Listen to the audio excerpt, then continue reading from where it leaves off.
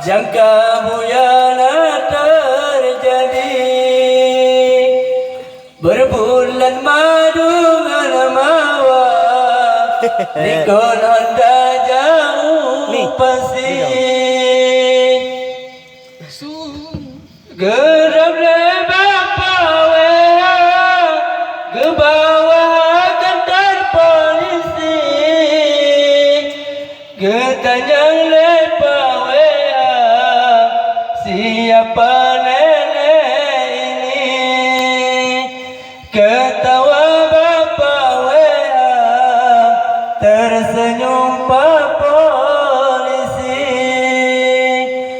Sungguhnya aneh pemuda masa kini, soal narkotika tolong awasi.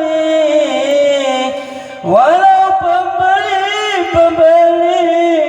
walau pengedar,